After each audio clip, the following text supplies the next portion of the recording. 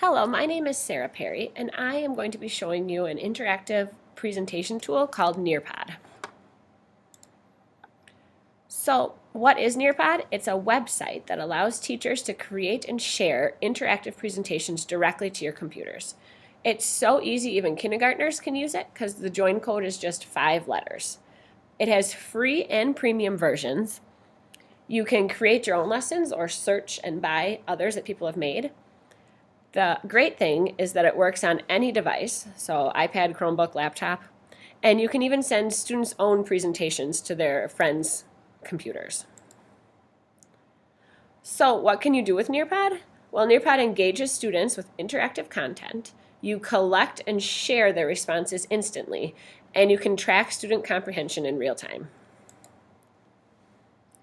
So how can we access Nearpod? Like I said, it's a website. You can just go to nearpod.com. If you're using an iPad, it's a free app that's called Nearpod. From the Chrome Web Store, it's also an app that you can download called Nearpod. And there's also a neat extension that I'll show you at the end that's called Nearpod This. So how does Nearpod work? Well, first you either create your own presentation or you can download and use one of the free or paid version ones.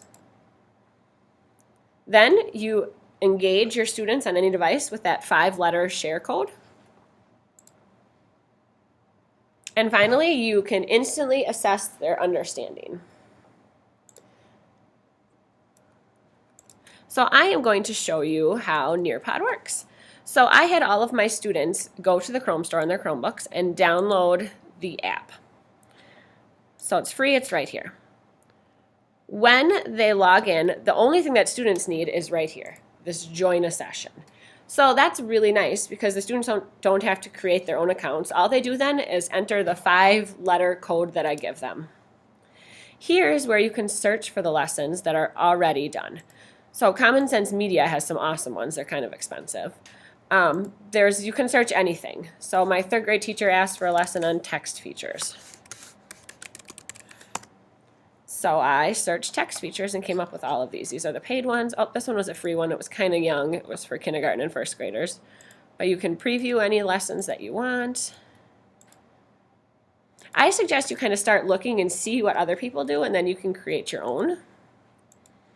It's interactive. Students are supposed to circle things. You can see what they're circling. It's multiple choice. Or, like I said, you can download this for free right here, or you can create your own. So I will show you some of the lessons I have created with my Nearpod account. So I go to my library. I used the free version for about a year before I ran out of space and had to upgrade to the premium version. So I probably have about 100 lessons. These are the ones I've purchased. I did a little bit at each level just to kind of see what was out there. And then I use it mostly for Spanish. These are the ones I've created myself. So I'm going to show you this one because I think it has a lot of different things, the 5A for Spanish. So I'm going to turn it into a live session for my students to join by hitting the live session button. I'm going to pretend to be a student on this screen.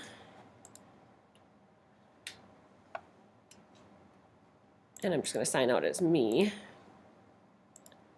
And I'll pretend I'm a student. So the join code is right here, and it's XBDUI. So that's what I type right here, XBDUI. And I can instantly join my teacher's session. The first thing it always asks is for your name, so the teacher can track who is answering the questions. So here I am as the teacher. I would wait until all of my students have typed it in. I can see how many students are in right here with my student list. And I can control the pace of the presentation, which is what I really love. Students can't jump ahead, and you get to control the pace. So I started with a multiple choice question. Amelia is what to Ignacio? So as the student, I can click on this picture to make it bigger. And I have to look to see what Amelia is. She is the aunt to Ignacio. So I have to type in aunt in Spanish, which is Tia. So I send my answer, and I just wait. As a teacher, this is what the teacher sees. She sees every student's individual answer, and when the participation gets to 100, she would move on. I can share if there was a lot of wrong or right answers. I could share with the students and say this is the right answer by hitting the share button.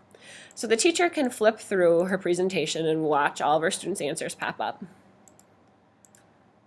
So as I'm flipping through, it's also flipping through on this screen, the student's screen. So this is the multiple or the short answer type question where students can type in their own answer. There's also a quiz version. So I also created a quiz for the students on this one. So am I ready as a student to take this quiz? Yes. The mother of my mom is my grandma. The daughter of my dad is my sister. And the son of my aunt is my cousin. So as I'm answering, the teacher can see directly on her screen what the answers are popping up as. Green means it's right, red means it's incorrect, and gray means they haven't answered yet. So I'm going to answer the last question wrong on purpose. The children of my grandparents are my brothers. Am I ready to submit my final answers? Yes, as a student. So the teacher would see on her screen all of the students' answers and whether they're right or wrong. And so if everybody got number 4 wrong, I could go back and reteach that, or I could see that everybody is doing good except for one student. So maybe I need to conference with that one student individually. I can move on. I can also just present information. This is just text that I want my students to be able to see on their computer screen instead of looking up at the smartboard. So as a teacher, I'm going to go through. We're talking about how do you get your name in Spanish. And it asked me to type my full name. I haven't typed anything. Do you still want to continue? Yep, so it'll show that I didn't answer. And I'm doing more just presenting. I want students to know about possessive adjectives. How do you say my? And I want them to try it on their own as well. So do I know that students know how to use possessive adjectives and say my cat, mi gato? So again, I can say, oh, yep, she got the answer right. I have 100% of my students sent their answers in. I'm ready to move on. So that was this Nearpod. When students are done, they can just close out of their tab. As a teacher then, you can end the lesson. And now I can come back to it. It was right here. And I can look at the reports. How did my students do on this overall? So I can click on the lesson and go to reports. Then I can see I did it a couple times as an example, but this is the one I actually gave to my real students, so we'll look at this one. I had 14 students take this from my in-class session and on my online.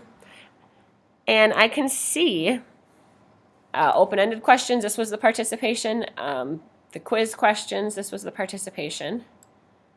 I can go to the quiz and see, again, 93 got it correct, 0 got it wrong, but I had 7 no answers throughout the quiz. I can go to my open-ended questions here, and I can actually look at each question individually.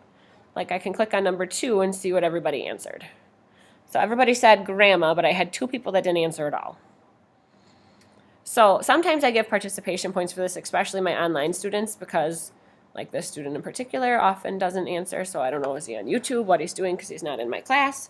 So I really like this because it tells me who understands and who's participating and who's listening. So I can go back to my library, and it is really, really easy to create a lesson. Now, like some of the lessons are pretty. My lessons aren't always pretty, but that's okay. It still gets the job done, even if it's not as pretty as some of them that I have bought. So all I have to do to create a new lesson is click New Lesson. Give it a title. And click Add Slide. Now if I want to add content, like I'm just teaching you something, I'm just pushing something out there, you can add a slide. And you can either type your own or you can add an image.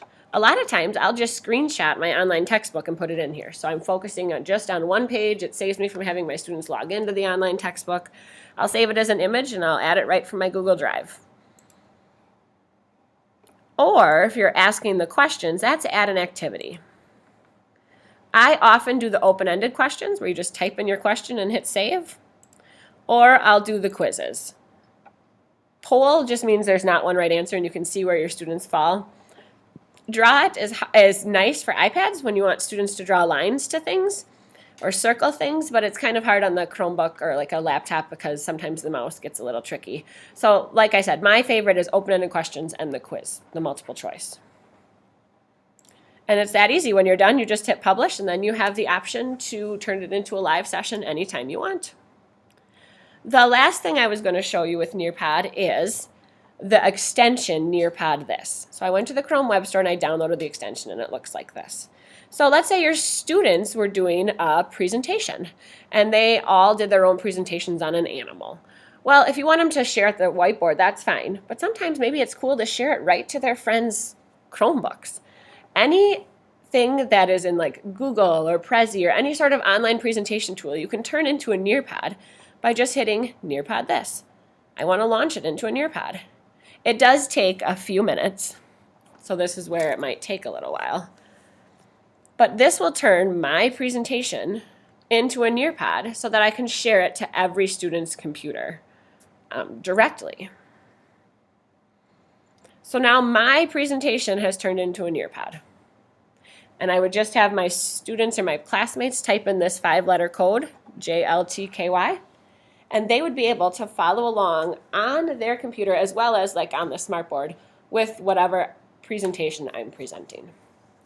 So this is Nearpod. I love it personally. I think it's an invaluable formative feedback tool that I use almost daily, and I hope you'll give it a try. So go to Nearpod and create your free teacher account and